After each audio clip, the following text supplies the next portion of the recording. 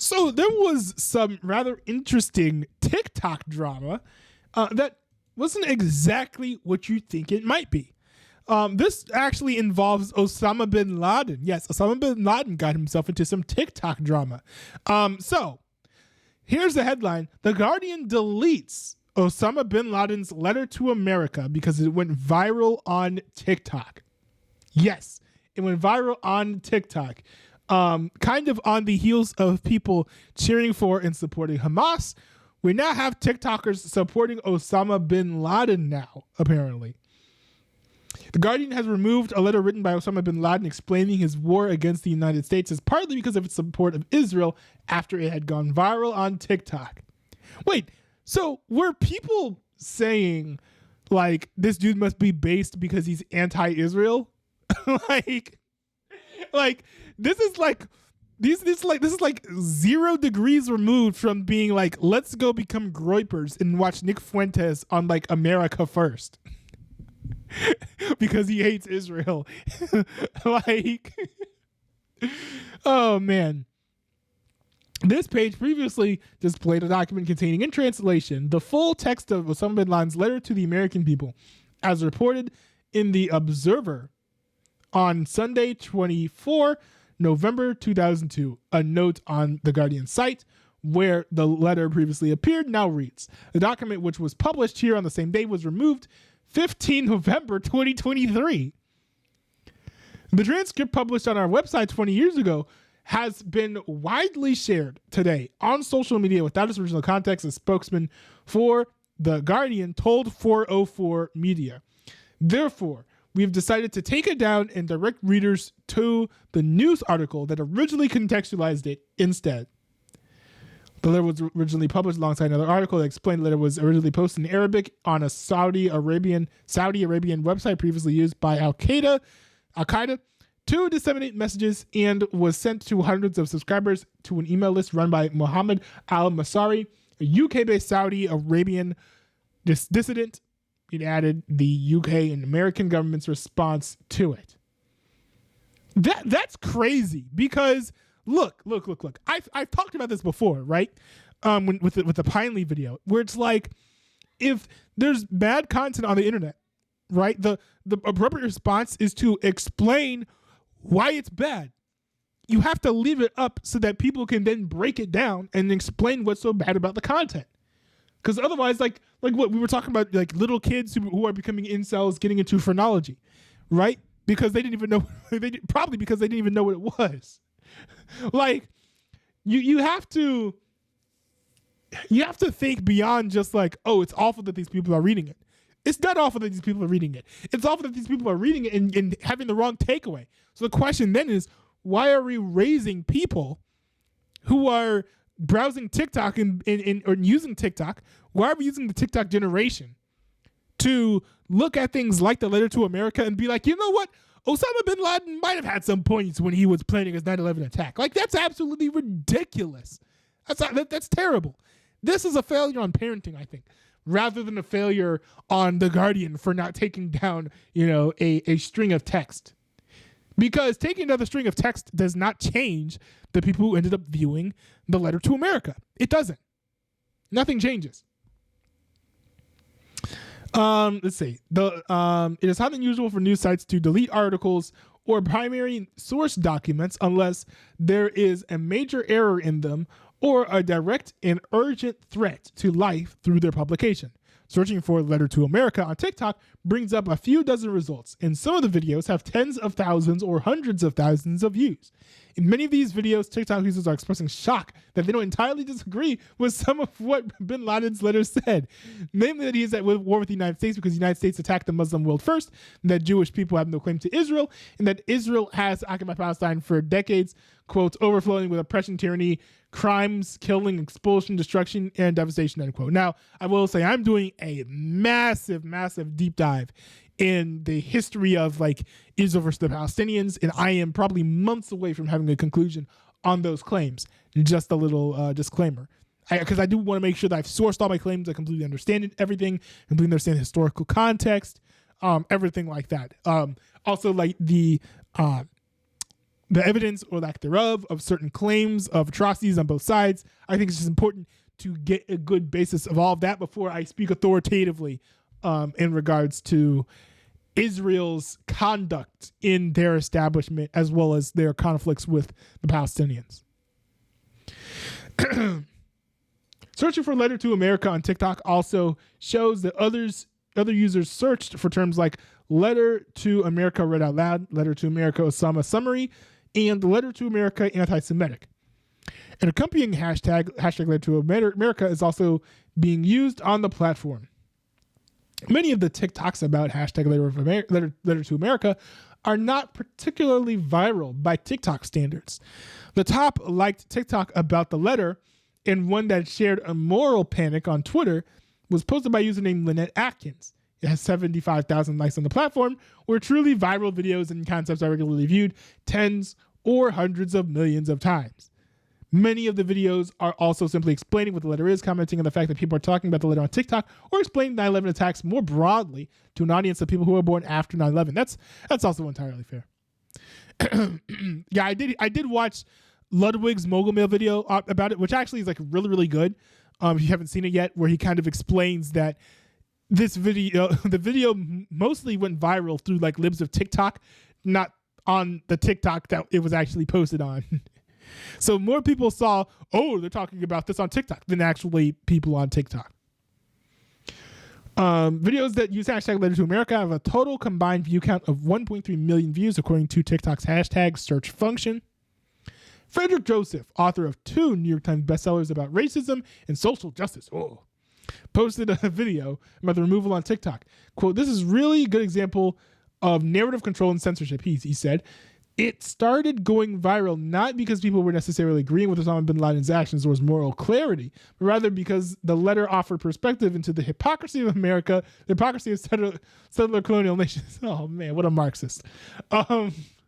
So on and so forth. In discussing the atrocities people in the Middle East have faced. The Guardian decided to take it down. People on TikTok are talking about the letter, reading it, having this discourse about the issues with, places like the United States. Joseph added, "They're afraid of people having information, so they decided to take it down." Wait. So is his main point here that the Guardian is afraid that people are going to learn about American imperialism? Yo, that is a hilarious take. But actually not entirely surprising considering this dude is probably a Marxist. Dieter said, "Hi, I'm new. I saw your stream. Now I'm going to watch the stream." Hey, hi Dieter. Welcome to the stream. I invite you to join the Discord as well. Because when it comes to me reacting to things on my streams, that's heavily influenced by what you guys send for me in the react requests. So if you have something you want me to react to, join the Discord and send a little request. Some Israelis and Jewish people, as well as prominent politicians and Silicon Valley venture capitalists, are saying that TikTok is promoting anti-Semitism. Senator Josh Hawley said that TikTok specifically is a, quote, hotspot for anti-Semitic pro-Hamas propaganda. There is no evidence to support the claim that TikTok is exceptional in this regard. Okay, that's fair. Yeah, because there is pro-Hamas propaganda there. There is anti-Semitic content there. There's anti-Semitic content and pro-Hamas propaganda on this very platform that I'm streaming to live right now, YouTube. So, it's not exceptional in that regard. Fair, right? Let's see. Like every social media platform, TikTok hosts a lot of bigoted and anti-Semitic content, in that many TikTok users are horrified by Israel's relentless bombing of the densely populated Gaza Strip, which has so far killed more than 11,000 people, 4,500 of which were children, according to the health officials in Gaza. In fact, according to Semaphore, I don't know who Semaphore is, hashtag Israel is trending on the platform despite the fact TikTok users have created twice the number of videos that are tagged hashtag Palestine. Well, to be fair, support for Palestine is grossly overrepresented on the internet than in real life, so I am entirely mad about that, to be honest. But I think that it would be interesting to, rather than go on and on about the evils of censorship, because censorship is pretty bad, Why don't we actually read this letter? Now, The Guardian did remove Osama. The Guardian did remove Osama bin Laden's letter to America, but Newsweek re-uploaded it. So let's go ahead and read through this letter by Osama bin Laden, and of course, right? Just because he may say some things that may be true or may not be true doesn't justify anything that he did when it comes to like the violence and whatnot. So as you're watching this video, don't get that twisted, don't get that conflated. And no one who was watching any reactions to this letter should be thinking that's what's going on, that people are just like, whoever's reacting to it must be praising the letter or must be on board with what Osama bin Laden did or must be okay with 9/11. Like, no.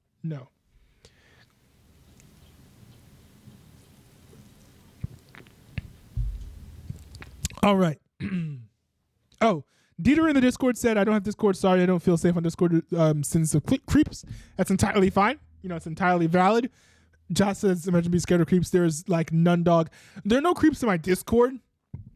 I try to be vigilant with who I allow. Well, I am trying to grow my Discord, but I keep an eye on the people who are in my Discord, and if anyone seems like they're a creep, I kick them out. So completely fair. Also, I have a rule where if you're under the age of like 16, you're not allowed to be in the Discord, just because, according to the rules, you're not allowed to be on Discord if you're under 16. Also, I think that probably should lessen the appeal of creeps for the Discord server. So, but that's entirely fair. Don't shame them for that. Like, there are creeps on Discord. There are tons of creeps on Discord. Okay, so here is the letter. Again, to be clear, I don't endorse this. In the name of Allah, the most gracious, the most merciful, permission to fight. And this is a quote from the Quran, I guess. Permission to fight against disbelievers is given to those believers who are fought against because they've been wronged, and surely Allah is able to give them believers victory. That's Quran 22:39. Now, I don't. Oh, Jot says 13. I could be wrong. I have to check the Discord TOS later. Now, I could be wrong, and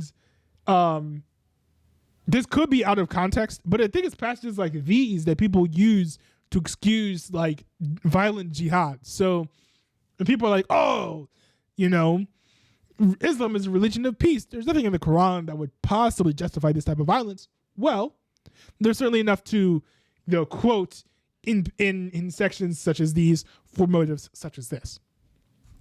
For those who believe, fight in the cause of Allah, and those who disbelieve, fight in the cause of Taghut, anything worshipped other than Allah, e.g. Satan. Oh, okay, so if as a Christian, I would say like pagan, I guess is what that means. So you fight against the friends of Satan, and for feeble is indeed the plot of Satan. That's Quran 476. Some American writers have published articles under the title, On What Basis Are We Fighting? These articles have generated a number of responses, some of which have adhered to the truth and were based on Islamic law, and others which have not. Here, we wanted to outline the truth as an explanation and warning, hoping for Allah's reward, seeking success and support from Him. While seeking Allah's help, we form our reply based on two questions directed at the Americans. Q, why are we fighting and opposing you? Or question one, sorry. Question one, why are we fighting and opposing you? Question two, what are we calling you to? And what do we want from you? Oh, and that's it. As for the first question, why we are fighting and opposing you? The answer is very simple. One, because you attacked us and continue to attack us. Now, I do need to understand some of the historical context of this, but it is my understanding that this is actually correct. Now, Hassan Piker was absolutely wrong when he said America deserved 9/11. But I think that what he was getting at was that our interventions within the Middle East instigated some people to commit the terrorist attack. As I understand it, that is true, and I think that that's what Osama bin Laden is getting at here.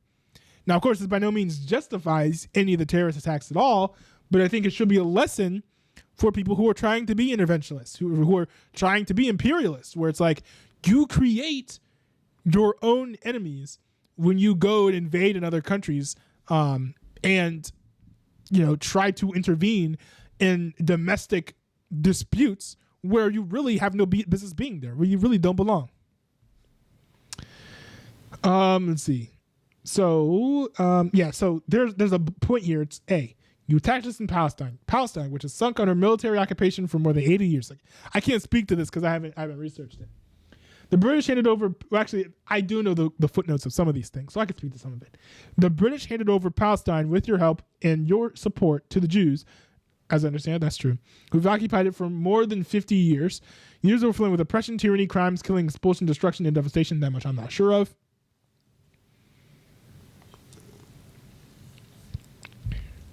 The creation and continuation of Israel is one of the greatest crimes, and you are the leaders of its criminals. And of course, there is no need to explain and prove the degree of American support for Israel.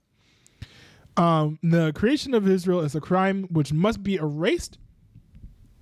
He would be one of the people to also say, from the river to the sea, like, Palestine must be free, and then just get rid of all of the Jews in Israel as well as Israel itself as a state, right? I'm guessing. Each and every person whose hands have been polluted in the contribution towards this crime must pay its price and pay for it heavily. It brings us two, I guess. I don't know. This is weird. It brings us both laughter and tears to see that you have not yet tired of repeating your fabricated lies that the Jews have historical right to Palestine, as was promised to them in the Torah. Anyone who disputes with them on this alleged fact is accused of anti-Semitism. Now, I will say that is that's rather humorous to me. Like, I am not one who believes in historical rights to Palestine versus some like mystical spiritual ties to the land, right? Unless God comes down and says like, yo, homies, you're supposed to have this land, which has happened in the Bible before, by the way. I don't think that you can say this person has any inherent rights to the land outside of buying it, purchasing it, or winning it in a war or conflict. I've talked about this in the previous video, my first video about the Israeli-Palestinian conflict, which you can go watch as well. There is one important correction to that video, by the way, that I put in my Discord. Basically, I got it wrong. Hamas is not the ruling party of all of Palestine, just the Gaza Strip. So I got that wrong. But go watch that video if you haven't yet, on my perspective on what gives someone the right to land, for example. This is one of the most fallacious, widely circulated fabrications in history. The people of Palestine are pure Arabs and original Semites. I don't know if that's true or not. I don't really care. That's a semantics game right there. Sorry. I got stun locked. What I wanted to say was, where he said anyone who disputes with them on this alleged fact is accused of anti-Semitism. It is entirely stupid to accuse people of anti-Semitism just for saying that the Jews don't have a right to the land in Palestine or the right to the land in the Palestinian region. Like, there's nothing anti-Semitic about that. It's just a disagreement about what gives someone the right to the land, or a disagreement on various facts in history, right, which are widely disputed, right, based on how dug in the people on both sides of the Israeli-Palestinian conflict are. Like, it's incredibly silly to say, oh, if you're anti-Zionist, you're anti-Semitic. Like, bruh, come on. Let's see here. It is the Muslims who are the inheritors of Moses, peace be upon him, and the inheritors of the real Torah that has not been changed. This is a religious difference, by the way, a religious dispute. Jews and Christians would say that the lineage of God, like God's chosen lineage, goes through, what is it? So to understand this historically, what's the name of Moses' illegitimate son? Hold on, let me look this up.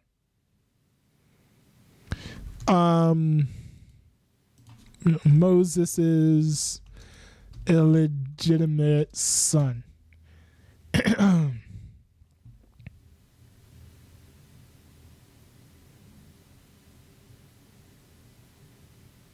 Um, Moses' son. Maybe I'm not searching the right keywords.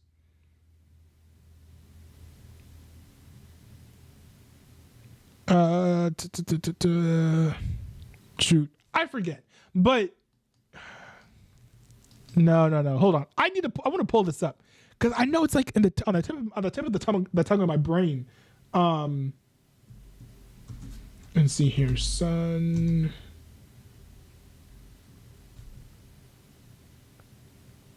Sorry. Man, I wish I had this knowledge on hand.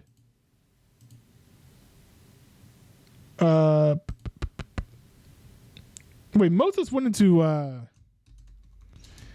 was it Hagar? Is Hagar the mother?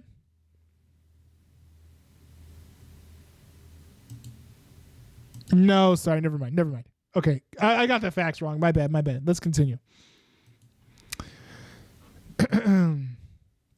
But actually, this is touched on later on, but I don't have the facts straight. Let's see. Muslims believe in all the prophets, including Abraham, Moses, Jesus, and Muhammad. Peace and blessings of Allah be upon them all. So while yes, Muslims do believe in all of this stuff, they don't agree on everything that Christians and Jews believe. For example, they think that like Jesus is just a prophet, just a good guy, a dope dude, but not the Messiah. Jews actually believe it on that, agree with that, by the way. But neither Christians nor Jews agree that Muhammad is any legitimate prophet. That's where Muslims and the Jews and the Christians all diverge. Peace and blessings of Allah be upon them all. If the followers of Moses have been promised a right to Palestine in the Torah, the Muslims are the most worthy nation of this. So here he's basically saying that for religious reasons, the Palestinians must have the land, not the Jews. When the Muslims conquered Palestine and drove out the Romans, Palestine and Jerusalem returned to Islam, the religion of all the prophets, peace be upon them.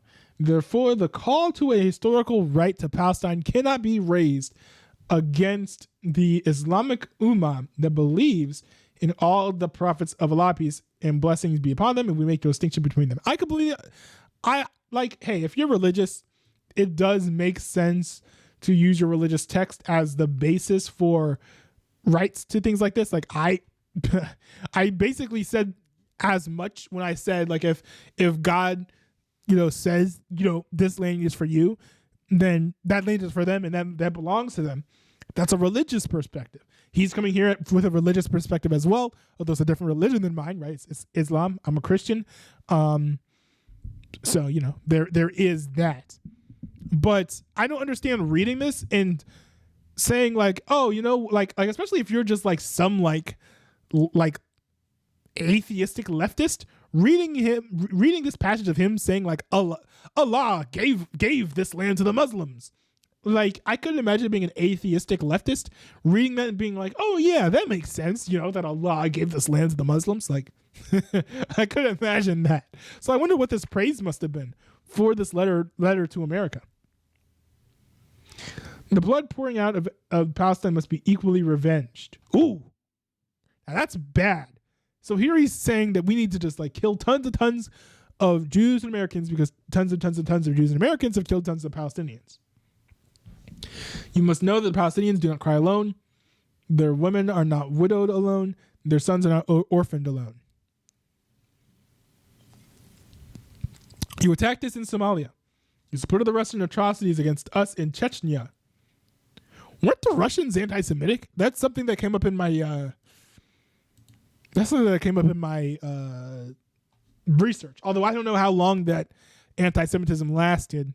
I think it was in like the early 1900s or late 1800s where some like false document was made or whatever. I'll make a video about it when I am ready to share all my research.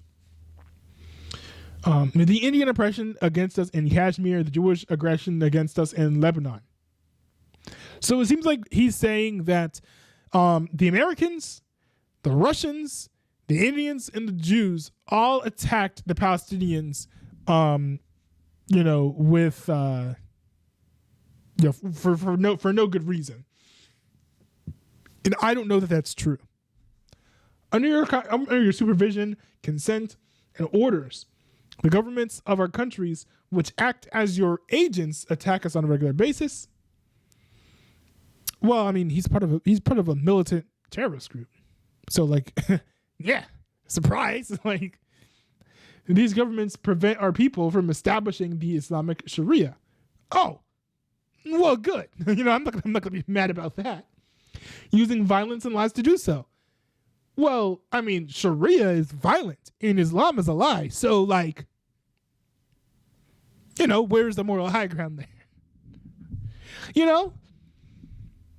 Like, bruh, like, isn't Sharia like the basis for like the Islamic practice in certain Sharia nations in the Middle East of like throwing gays off of buildings? No wonder the West would oppose that. Like, don't act shocked. These governments give us a taste of humiliation and place us in a large prison of fear and subdual. These governments steal Ummah's, I don't know who Ummah is, like Ummah Thurman. These governments steal our Ummah's wealth and sell them to you at a paltry price. These governments have surrendered to the Jews and handed them most of Palestine, acknowledging the existence of their state over the dismembered limbs of our own people. To a degree, I actually do understand this as far as I do agree. To a degree, I agree with this as far as I understand it. It's kind of what happened.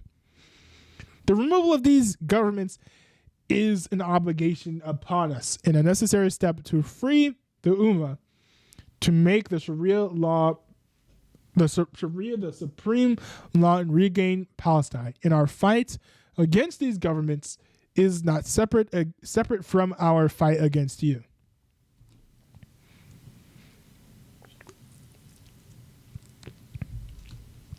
You steal our wealth and oil at paltry prices because of your international influence and military threats. Now I am ready to assume that this part is true because that's what America likes to do. This theft is indeed the biggest theft ever witnessed by mankind in the history of the world. Your forces occupy our countries. You spread your military bases throughout them. You corrupt our lands. You besiege our sanctities to protect the security of the Jews and to ensure the continuity of your pillage of our treasures. I agree with this to a degree, which is why my political position is highly anti-interventionist. We should not be putting military bases on half of the countries in the entire world. Like, that's bad. That's awful. And usually ends up causing trouble. We end up getting into fights we don't need to be in, creating enemies that we don't need to create. You have starved the Muslims of Iraq, where children die every day. It is a wonder that more than 1.5 million Iraqi children have died as a result of your sanctions, and you did not show concern. I wonder if that's true. When 3,000 of your people died, the entire world rises. It has not yet sat down. You have supported the Jews in their idea that Jerusalem is their eternal capital and agreed to move your embassy there. With your help and under your protection, the Israelis are planning to destroy the Al-Aqsa Mosque. Well, they didn't do that. I think that mosque is still around, isn't it? Under the protection of your weapons, Sharon entered the Al-Aqsa Mosque to pollute it as a preparation to capture and destroy it. I don't know if that's true.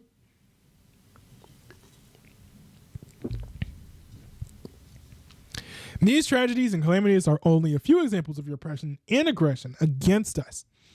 It is commanded by our religion and intellect that the oppressed have a right to return the aggression.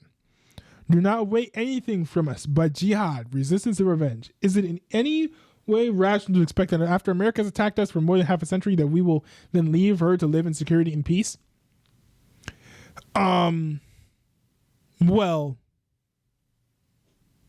I don't know what question he's asking. Is he saying would it make sense that we would just like give up and walk away and live somewhere else after being attacked for so much? I would say yes, that is rational, right? I mean, we see this now with the war between Israel and Hamas, where many Gazans are like, bro, we want to leave, but we can't. So like, it completely makes sense that people would want to leave to avoid oppression, if oppression is indeed what's happening here. I'm not going to give it to Osama bin Laden that that's exactly what's happening. But assuming that that is, it would make sense that someone would want to leave and not get attacked, right, or oppressed in any way. Like there's that, I think, makes the most sense versus the revenge. Now maybe the revenge would come later, but like in any case, the revenge is not justified. You may then dispute that all the above does not justify aggressions against civilians for crimes they did not commit and offenses in which they did not partake. I mean, yes, that's true. It does not justify aggression against civilians. I don't think that it justifies aggression at all. Depending on, I would say that it doesn't justify aggression because I don't know if that's entirely true. And still, the goal really should be defensive, not offensive, right? If America's attacking your people, build up defenses. Don't try to attack America. Excuse me. Like, I think that is, well, yeah, it depends. It depends. Because I do think that Israel should attack Hamas. Well, hold on. Yeah, I can see why you would want to attack America if you do think that America has attacked you. But I don't know that that's what we did, like, to the same extent. Yeah, no.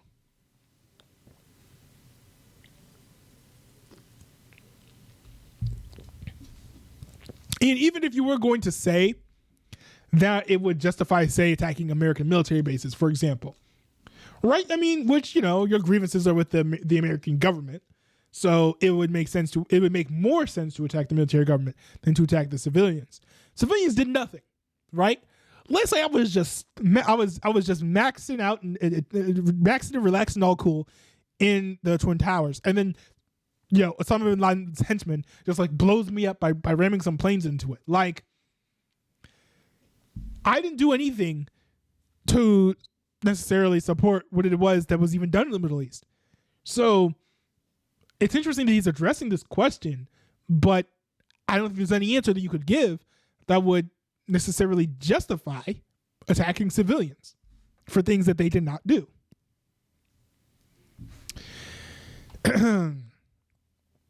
So here is his answer to this question. This argument contradicts your continuous repetition that America is a land of freedom and its leaders in this world. Therefore, the American people are the ones who choose their government by way of their own free will, a choice which stems from their agreement to its policies. Thus, the American people have chosen, consented to, and affirmed their support for the Israeli oppression of the Palestinians, the occupation and usurpation of their land, and its continuous killing, torture, punishment, and expulsion of the Palestinians. The American people have the ability and choice to refuse the policies of their government and even to change it if they want. While true, I think that Americans, writ large, have done an awful job at being educated. Myself, included, by the way, myself included, Americans in general are notoriously bad at being aware of what America is doing with its foreign policy. Particularly when it comes to the Middle East and stuff in Israel. Most information that we get is pretty biased, I would say. So assuming that what Osama bin Laden is saying is true, which I don't think it is, that we just run around killing Palestinians basically and are trying to wipe them out and push them all out of the land, which is what it sounds like he's insinuating. Americans probably don't even know that this is entirely what's happening. Now, maybe he doesn't know that, right? He doesn't live in America, or at least, he doesn't live in America right now. I'm quite sure of that. But I don't think he lived in America at the time either. Let's see here.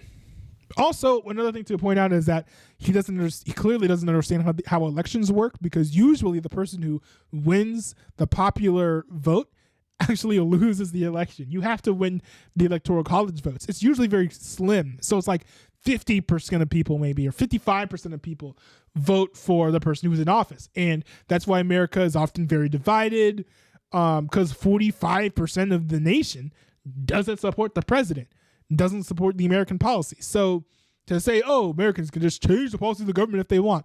Well, you can't. It's a very slim majority that wants the government's policies to be in the way that it is. So it's very faulty to just pin that on the entirety of the American people, and America itself is very split on this.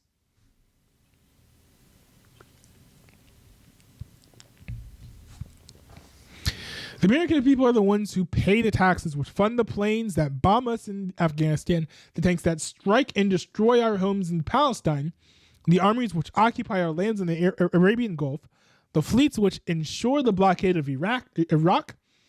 These tax dollars are given to Israel for to continue to attack us and penetrate our lands. For the American people are the ones who fund the attacks against us, and they are the ones who oversee the expenditure of these monies in the way they wish through their elected candidates. Now, again, I also pointed out, I did make sure to point out that barely the majority of Americans support the current,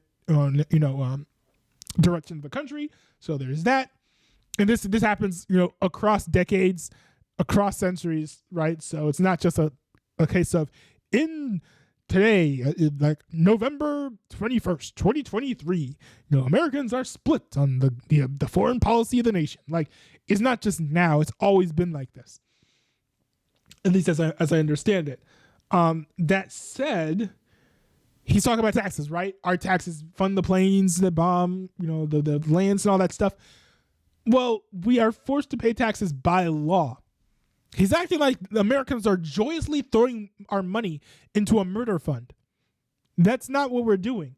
I think the majority of Americans actually would not pay taxes if they wished, and not out of selfishness for wanting to keep the money for ourselves, but because we don't support the things that the government does.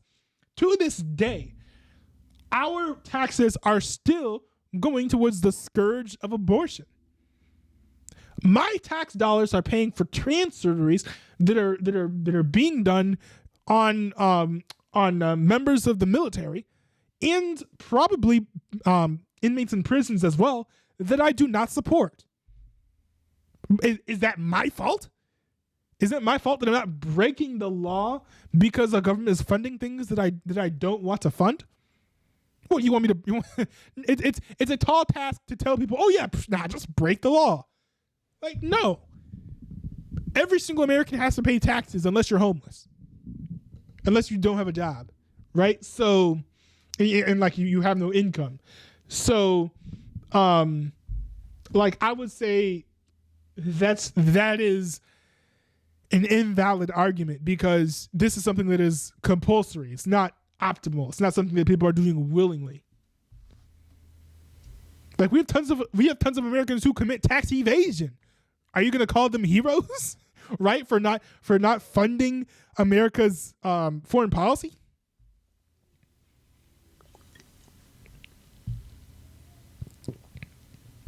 Also, the American army is part of the American people.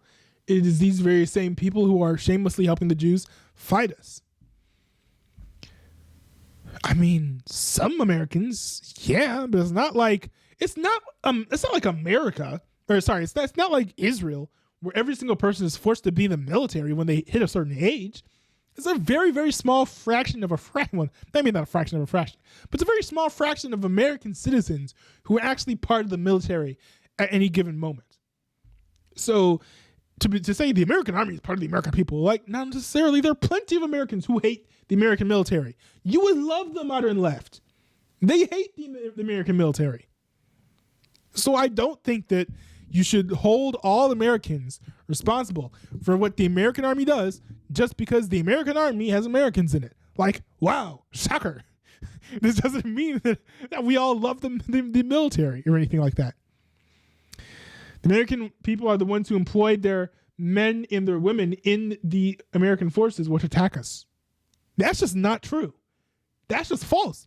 That's the government, not the private sector. That's entirely different. This is why the American people cannot be not innocent. What? This is why the American people cannot be not innocent. Huh? That's a double negative. And I don't think that's even what he's trying to say. Sorry. Of all the crimes committed by the Americans and Jews against us. Let's see here. It says, Allah the Mighty legislated the permission and the option to take revenge. Excuse me. I will say among Muslims, this does seem to be disputed, but it's not entirely without sourcing in the Quran and other Islamic texts, as I understand it. Thus, if we are attacked, then we have the right to fight back. Whoever has destroyed our villages and towns, then we have a right to destroy their villages and towns. Now, I think this is a major difference in how I look at retaliation and how retaliation should be done versus how this guy is looking at retaliation and how retaliation is done. He looks at it as like, oh, a nation attacks us, then we must wipe out and conquer the entire nation, right? He would say like death to America because like America has bad foreign policy that got some children killed somewhere, right? Like he's probably the type of person who would say that. Where if you want to retaliate, the only thing justified is the thing that goes after specifically the people or the group that did whatever it was that did whatever it was that you find to be grossly objectionable, leading to the deaths of tons of people. And of course, you should always go for non-violent means if possible, right? So like first you should be going to like the UN, for example. You shouldn't be just going to your AK-47. And then even if you do that, you have to go over specifically like go to specifically like the military, right? Weaken the military's capacity to carry out attacks against you. I think defensive measures are always best. And again, this is all just like kind of saying theoretically if you're in a situation where you must retaliate. Again, I am not supporting anything that Osama bin Laden did. I'm just trying to poke holes in his logic, right? Where you're saying that, oh, it's fine for you to just kill Americans. Like, no, it's not fine for you to just kill Americans. Let's see here. Whoever has stolen or wealth, then we have a right to destroy their economy. Like, no, he's talking about completely disproportionate responses. Like, no, completely disagree.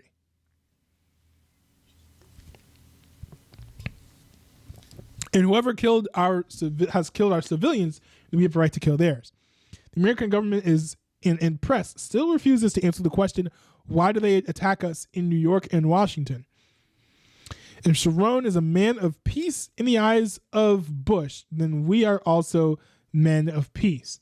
I don't know who Sharon is, to be honest. America does not understand the language of manners and principles, so we are addressing it in the language it understands. As for the second question that we want to answer, what are we calling you to and what do we want from you? The first thing we are calling you to is Islam. Okay, well, that's a nope. It's going to be a nope from me. Let's see here. The religion of the unification of God, of freedom, and associating partners with him, and rejection of this, of complete love of him, the exalted, to complete submission to his laws, and of the discarding of all the opinions, orders, theories, and religions which contradict with the religion he sent down to his prophet Muhammad, peace be upon him. Islam is the religion of all the prophets, makes no distinction between them, peace be upon them all. It is this religion that we call you to, the seal of all the religious or the previous religions. It is the religion of unification, of God, sincerity, the best of manners, righteousness, mercy, honor, purity, and piety. It is the religion of showing kindness to others, establishing justice between them, granting them their rights, and defending the oppressed and the persecuted. It is the religion of enjoining the good, forbidding the evil, with the hand, tongue, and heart. It is the religion of jihad in the way of Allah, so that Allah's word and religion reign supreme. It is the religion of unity and agreement on the obedience to Allah in total equality between all people without regarding their color, sex, or language. It was the religion whose book, the Quran, will remain preserved and unchanged after the other divine books and messages have been changed. The Quran is a miracle until the day of judgment. Allah has challenged anyone to bring a book like the Quran or even 10 verses like it. Yeah, no, I mean, the Bible is not like the Quran. It's better because it doesn't have any like historical inaccuracies or contradictions. So, boom, take that, Muhammad.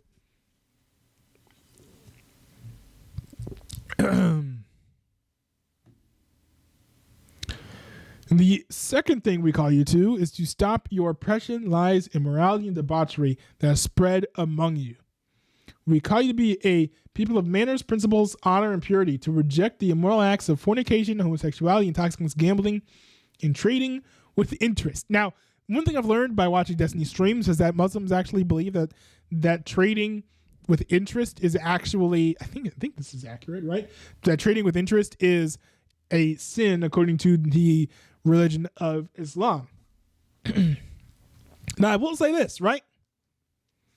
As a Christian, right, I would also say that, to be fair, I don't think there's anything specifically in the scriptures that intoxicants in and of themselves, taking them is sinful, right? Yeah, I mean, Jesus literally turned water to wine and then drank some of it. So, like, I don't know if the Bible says anything specifically about gambling being bad, although I think it, to a degree, goes against certain principles that you find in the scriptures, particularly the Old Testament. But, fornication, homosexuality, those are sins, right, in the scriptures as well.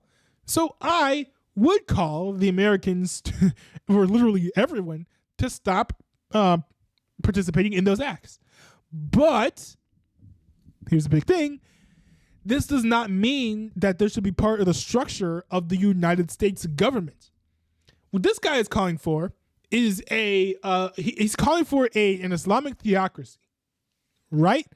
I'm not a theocrat, though. So while he is I don't know which, like jihadist or he's a fan of Sharia law, right?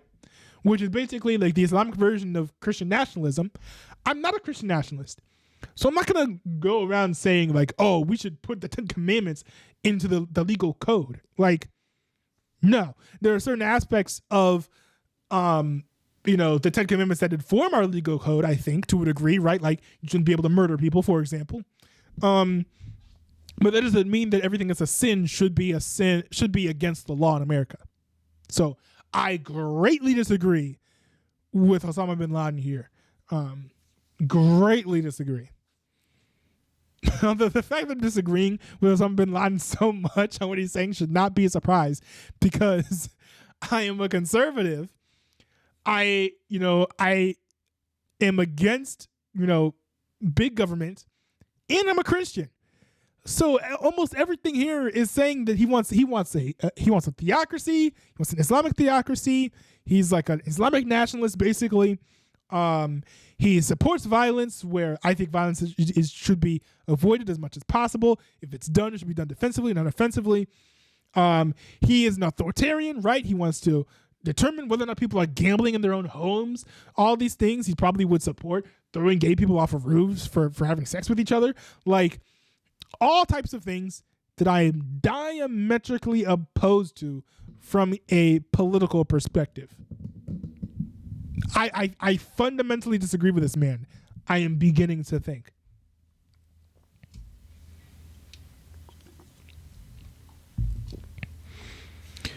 We call you to all of this that you may be freed from that which you have become caught up in. You may be free from the deceptive lies that you are a great nation, and your leaders spread amongst you to conceal you from you the despicable state to which you have reached. It is saddening to tell you that you are the worst civilization witnessed by the history of mankind. This is by far not true. Absolutely not true. Hey, I can find common ground with the leftists on this one. Britain. It's far worse than the United States of America. Far worse. You are the nation who, rather than ruling by the Sharia of Allah in its constitution and laws, choose to invent your own laws as you will and desire. Based. not entirely. We shouldn't have exactly no moral code, but we certainly shouldn't use Sharia law as the basis of our moral code. Let's see. Yeah, you separate religion from your policies. Absolutely based. Oh man, this guy's really mad that we're not Muslim nationalists. Contradicting the pure nature, which affirms absolute authority to the Lord and your Creator. You flee from the embarrassing question posed to you. How is it possible for Allah the Almighty to create his nation, grant them power over all the creatures, and grant them all the amenities of life, and then deny them that which they are most in need of, knowledge of the laws which govern their lives? You are the nation that permits usury, which has been forbidden by all the religions. Usury. Forget what usury is exactly. I don't know if usury is banned in Christianity. Oh, okay. So Wikipedia says it's loans with an unfairly high interest rate. Okay. Yeah, I would say Christianity is against that then. Yeah. You build your economy and investments on usury. As a result of this, in all its different forms and guises, the Jews have taken over your economy, through which they have taken control of your media and now control all aspects of your life, making you their servants and achieving their aims at your expense, precisely what Benjamin Franklin warned you against. I don't know if Benjamin Franklin warned America about the Jews. I don't think that's true. But here's a point for me to push back on anti-Semitism in a very important way, because I think there's something that the anti-Semites, they lose in the midst of the sauce.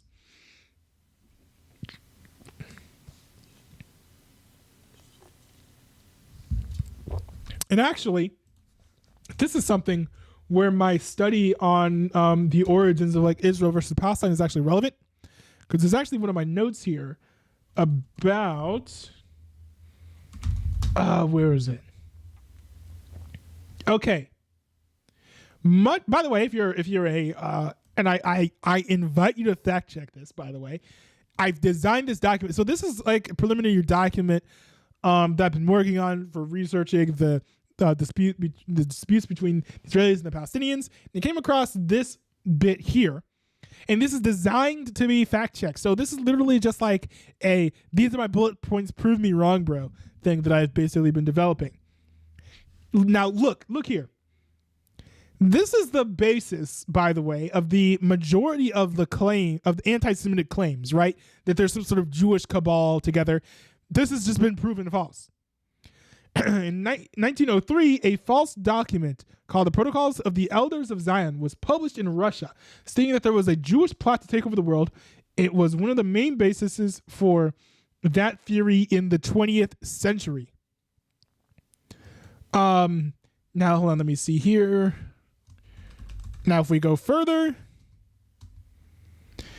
Okay, in 1921, Philip Graves exposed the Protocols of the Elders of Zion as a false document that plagiarized an 1848 satire of Napoleon III called The Dialogue in Hell between Machiavelli and Montesquieu in the Times. So, most anti-Semitic claims are literally based on a satirical play that is an entire work of fiction. Right? Unless there's some other origins of anti-Semitism, some other texts that are used as like the the nexus point or the origin of, the plot of the Semites or whatever. But that is generally the basis of the ideology of anti-Semitism that still goes on through, to this day, and it's debunked. It's fake. It's false. Now, if you go into those sources, you will actually see that the very government the Russian government who was trying to propagate this theory, they were pushing out all types of propaganda. And then after like a handful of years, they looked at this propaganda that they had and they were like, hold on, wait a second. I don't know if this is even true. And they hired a committee to investigate the document, and they found out that it was a forgery, it was fake, and they were forced to admit it, like, I think at some sort of like committee. So, you know, the theory of anti-Semitism, if you're believing in that, you are falling for what's basically a bastardization of a satirical play. So you're being a bit gullible there. But there's also no evidence, and here's another thing too, is it is true, right, that Jews own like the banks. It is true that the vast majority of people in the mainstream media are Jews. It is true that a whole lot of people in corporate America are Jews. That's all true. But does that mean that Jews are working together to control the world, that they have some secret agenda? No, it doesn't. Just because you have a bunch of Jewish people who own a bunch of things doesn't mean they're all working together. As a matter of fact, they're all competing with each other, right? Because, you know, it's capitalism. So, like, this is why it irks me whenever people say that, oh, Jews run the media. Like, they do, but they're not working together. There's no nefarious plot. You know, they're not conspiring with each other, like, to like take people down, or like they're not like behind these like crazy things. Like, if people criticize George Soros and say that that's anti-Semitic, no, you just don't like what he does.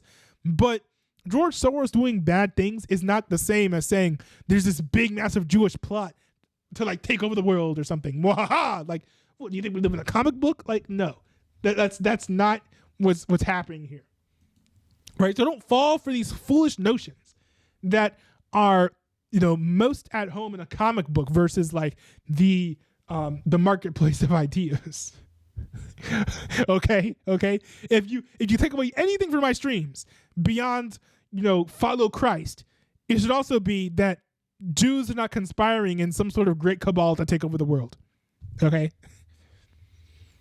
So like people will look at the demographics of, you know, the various like aspects of the American private sector and be like, oh, look at how much the Jews control. And I think that's where a lot of modern anti-Semites kind of get their conspiracy theories, like, oh man, they must be working together. They're not.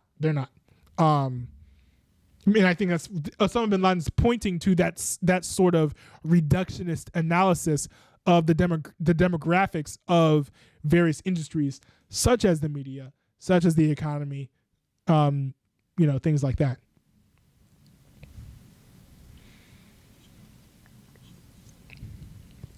You are a nation that permits the production, trading, and usage of intoxicants. You also permit drugs and only forbid the trade of them, even though your nation is the largest consumer of them. Ooh. That one stings. But he's right, and this is why Republicans want to shore up the border to keep the drugs out. You know?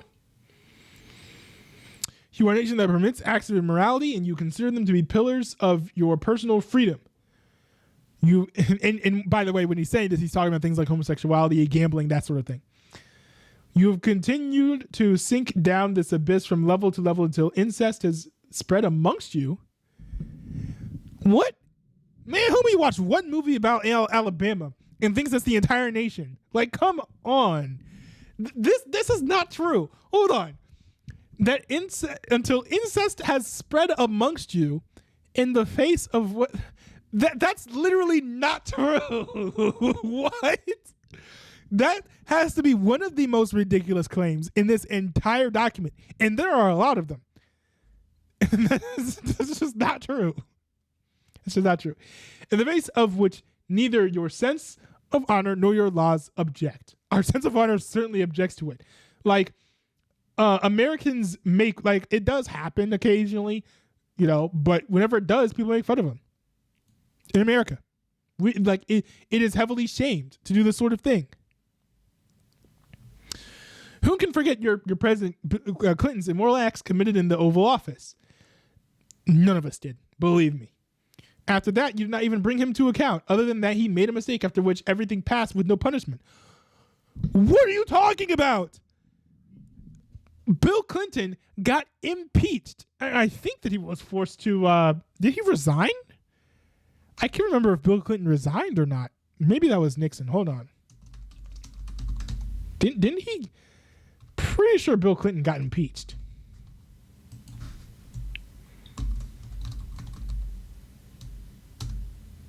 Yeah, no, hold on. Yeah, he was impeached by the House of Representatives. Okay, but he was acquitted on both charges in the impeachment trial in the Senate. Okay. Interesting. But I mean, yeah, it wasn't like we did. It's not like we didn't do anything against him.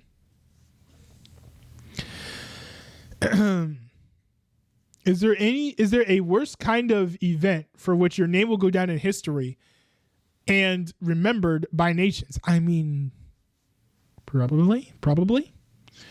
You are a nation that permits gambling in all its forms. The funny thing about this is, at the time that he wrote this probably wasn't true.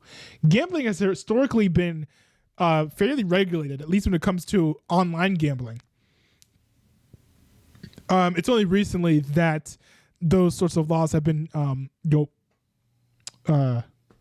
more extensively relaxed.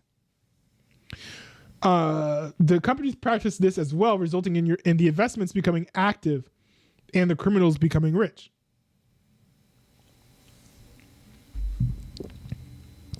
You are a nation that exploits women like consumer products or advertising tools, calling upon customers to purchase them. This is actually kind of true to a degree. If he's talking about prostitution, that also is largely illegal in the United States, but there are other ways that women are used in society.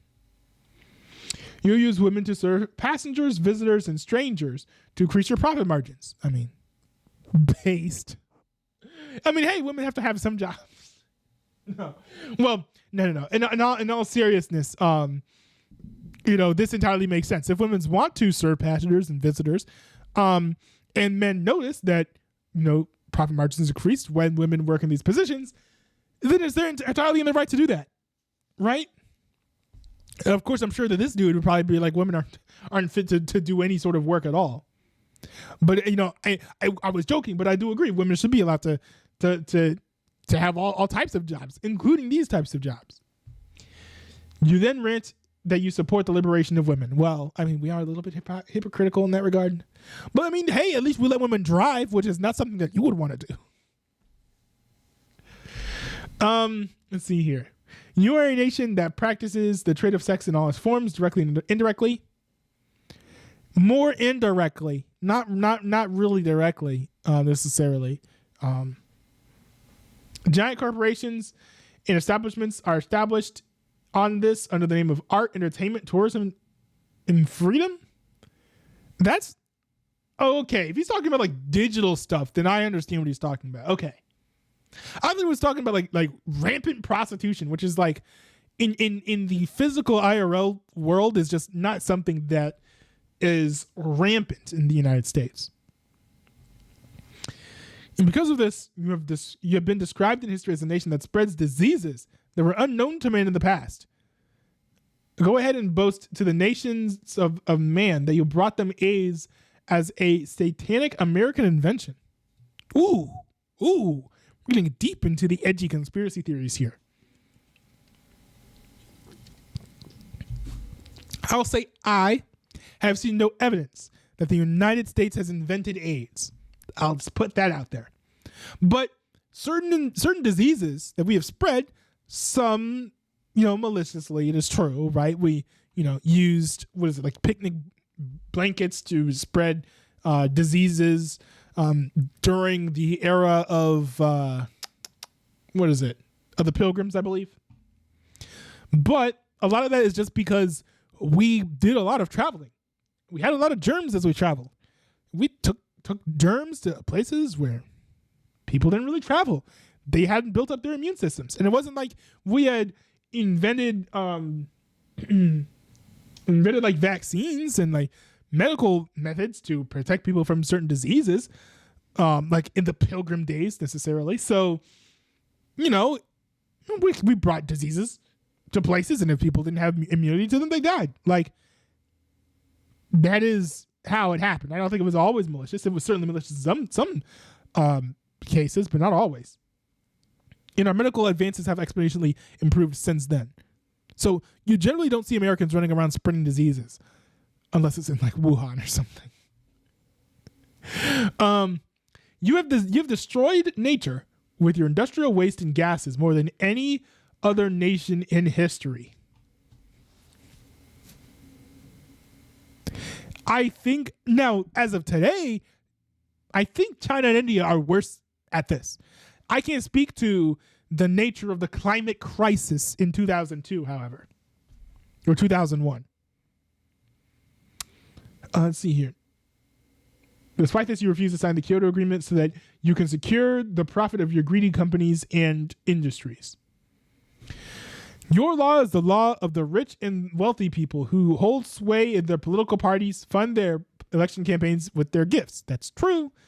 Remember, that's capitalism, right? Would you rather have a benevolent dictator, who just like arbitrarily is able to just like set all policy? No. Well, I wouldn't. Oh my goodness. Oh my goodness. With the anti-Semitic conspiracy theories again. Behind them stand the Jews who control your policies, media, and economy. I've just seen so much anti-Semitic speech online that I just get tired of it whenever I see it. That which you are singled out for in the history of mankind is that you have used your force to destroy mankind more than any other nation in history.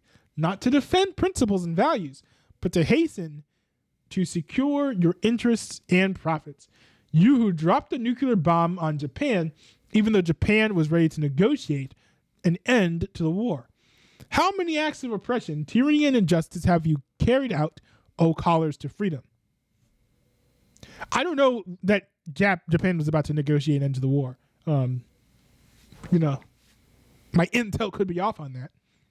But it is true that we've done a lot of war crimes like internationally. I think it's pretty bad. But when we say that we are a nation of freedom, I think that most people are talking about our domestic policy and our foreign policy, which are two entirely different things. Let us not forget one of your major characteristics, your duality in both manners and values, your hypocrisy in manners and principles. All manners, principles, and values have two scales, one for you and one for the others.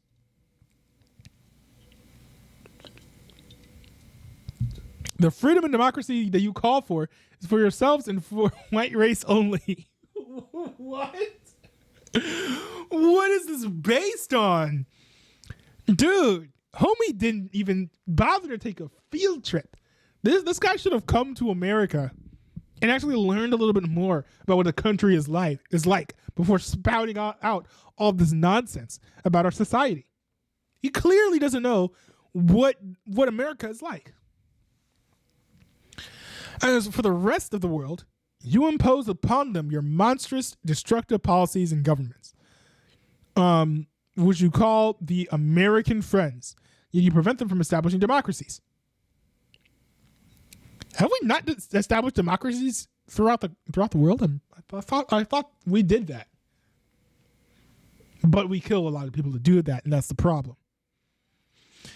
When the Islamic Party in Algeria wanted to practice democracy and they won the election, you unleashed your agents in the Algerian army onto them and to attack them with tanks and guns, imprison them and torture them. A new lesson in the American Book of Democracy, 3 exclamation points. Oh, wow, okay. Yeah, I mean, I would be mad about this too if I believed this as well. I don't know that this is true necessarily, though. But it says when the Islamic Party in Algeria, based on, his perspective of Islamic politics, I am somewhat dubious of the claims that an Islamic Party in Algeria would propagate democracy. We already saw what happened in Gaza, right? Where Hamas won the election and then mysteriously there were no other elections held ever again. Let's see. Your policy on prohibiting and forcibly removing weapons of mass destruction to ensure world peace, it only applies to those countries which do not permit to possess such weapons. As for the countries you consent to, such as Israel, then they are allowed to keep and use such weapons to defend their security. Anyone else who you might suspect might be manufacturing or keeping these kinds of weapons, you call them criminals, you take military action against them. I mean, that is That's true to a degree, but I think part of the problem is that we are allies of Israel, and and Israel's entirely surrounded by enemies. So of course, if we have an ally and we give them weapons, are we going to give their enemies weapons too? That doesn't really make sense. And that I know I'm speaking specifically of the Middle East, but like, we give Ukraine weapons. Are we supposed to give Russia weapons? I think we give Taiwan weapons. Are we supposed to give China weapons? Like, this dude is over here saying, boo-hoo, no fair. You're only giving weapons to your allies, not your enemies. Like, what kind of idiotic take is this? Oh, man. You are the last ones to respect the resolutions and policies of international law, yet you claim to want to selectively punish anyone else who does the same. Israel has, for more than 50 years, been pushing UN resolutions and rules against the wall with the full support of America. This is something I plan to dig into when I do my research of the whole conflict between the Israelis and the Palestinians.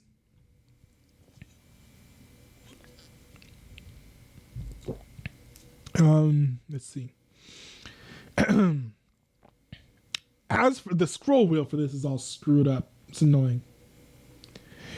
As for the war criminals, which you censure, inform criminal courts for, you shamelessly ask that your own are granted immunity.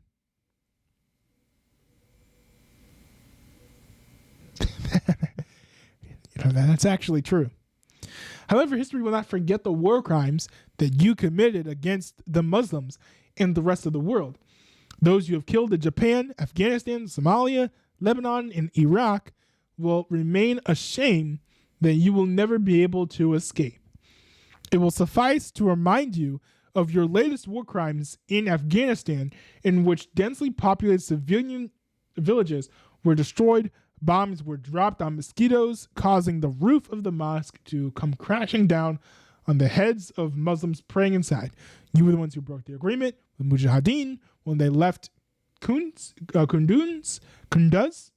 I don't know, bombing them in Jengi Fort and killing more than 1,000 of your prisoners through suffocation and thirst. Allah alone knows how many people have died by torture at the hands of you and your agents. Your planes remain in the Afghan skies looking for anyone remotely suspicious. I don't know how accurate all of that is. Not something I've entirely studied. And also, generally, the news is not like, hey, look, America did war crimes. So, I'm not super aware of what's happened there.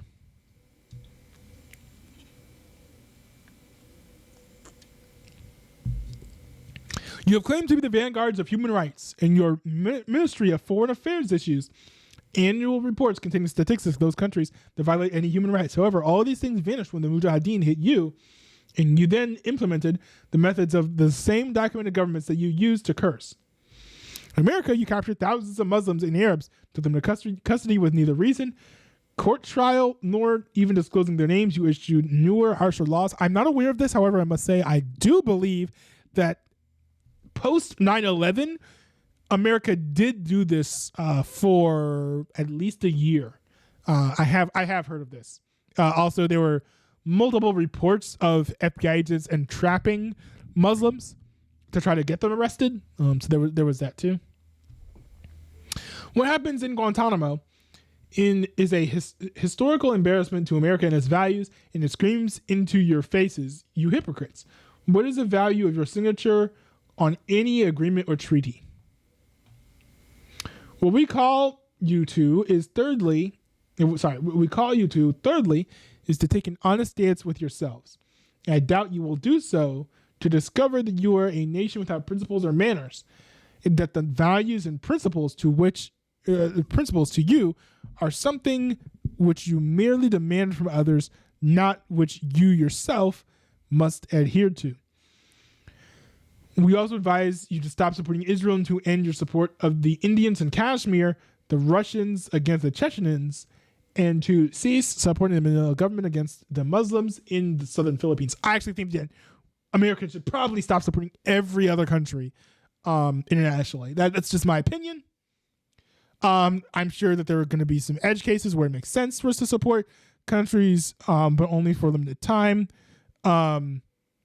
But yeah, like what the left would call American imperialism, I call interventionism has been a gross disaster that has caused nothing but turmoil overseas and garnered no peace for us, but rather enemies with a thirst for vengeance. So, yeah, no, it's no good what we've done internationally on this front.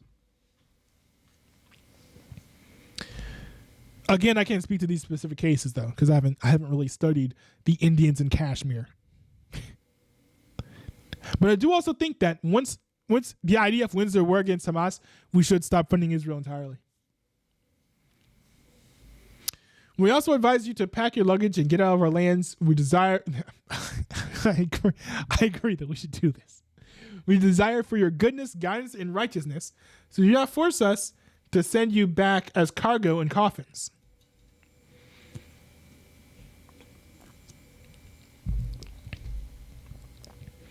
Sixthly, we call upon you to end your support of the corrupt leaders in our countries. Do not interfere in our politics and method of education. Yes, we should not be interfering with other people's politics or their methods of education. Leave us alone. This guy has a sense of humor. Leave us alone or expect us in New York and Washington. I mean, it's wrong for him to go to New York and Washington with the menacing tone that he has, but you know, we also should not be interfering with other countries' politics. I agree on that front as well. We also call you to deal with us and interact with us on the basis of mutual interests and benefits, rather than the policies of subdual, theft, and occupation. Do not continue your policy of supporting the Jews, because this will result in more disasters for you.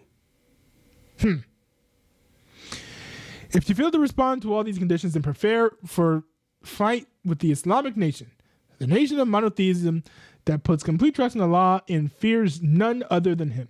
The nation which is addressed by its Quran and with the words, "Do you fear them?"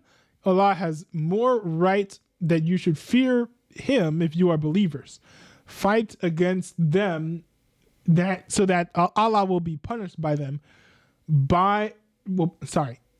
Fight against them so that Allah will punish them by your hands and disgrace them and give you victory over them and heal the breasts of believing people and remove the anger of their believers' hearts.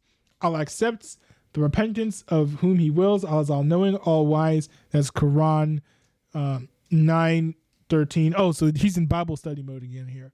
9:13 through 1. The nation of honor and respect, but honor, power, and glory belong to Allah and to His messenger, Muhammad, peace be upon him, and to the believers, Quran 63:8. So do not become weak against your enemy, nor be sad, and you will be superior in victory if you are indeed true believers, Quran 3:139. The nation of martyrdom, the nation that desires death more than you deserve life. This, I've heard, is a quote and a sentiment espoused by many radical Islamic organizations, including Hamas, by the way. Excuse me.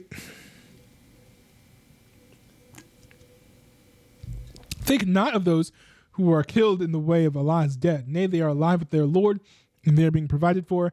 They rejoice in what Allah has bestowed upon them from His bounty, and rejoice for the sake of those who have not yet joined them, but are left behind, not yet martyred. That on them no fear shall come, nor shall they grieve. They rejoice in a grace and bounty from Allah, and that Allah will not waste the reward of the believers.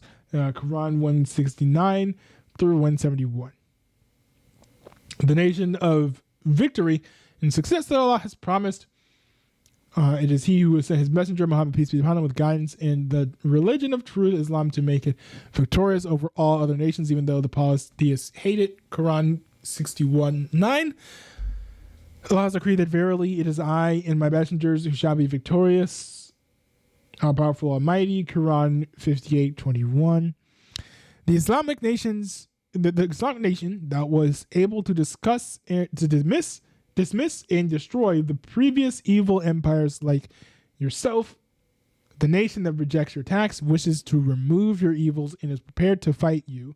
You are well aware that the Islamic nation, from the very core of its soul, despises your haughtiness and arrogance. If the Americans refuse to listen to our advice and the goodness, kindness, and righteousness that we call them to, be aware that you will lose this crusade Bush began, just like the other previous crusades in which you were humiliated by the hands of the Mujahideen, fleeing to your home in great silence and disgrace. If the Americans do not respond, then their fate will be that of the Soviets who fled from Afghanistan to deal with the military defeat, political breakup, ideological downfall, and economic bankruptcy.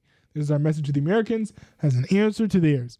Do they know why we fight them? And over which form of ignorance, by the permission of Allah, we shall be victorious. I mean, first of all, this dude is delusional for thinking that the Islamists would ever be able to defeat the United States of America. The only thing I think I agree with here is that the United States has done bad things internationally, but only in a vague way. Like, I don't know if all of the claims that what the United States has done is accurate as far as just like murdering innocent individuals, like individual cases. I'm not sure that he's right about the ones that he cites, but he is, I mean, and also I'm greatly against interventionism as well. So it's not just the violence. I'm against, interfering in other nations' politics and that sort of thing too. My problem is that he wants to go to war with America over our foreign policy, which is not the way to go. I think that the first thing you got to do is shore up your defenses. You have to be able to defend yourself against people who you think are attacking you, so that you can have some safety. That's the way to go. There was just to call for war against the United States it should never have been done. That should never have been an option. Excuse me. So, Osama bin Laden bad. I must say, I think that would be my take from this.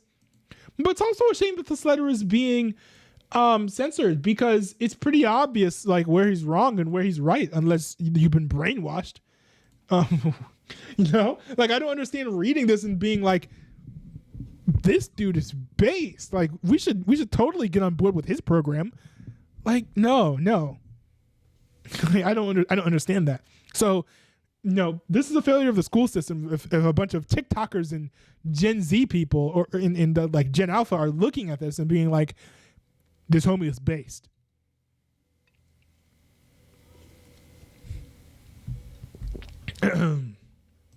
But yeah, no one can expose how bad this is too if it's not available to read. So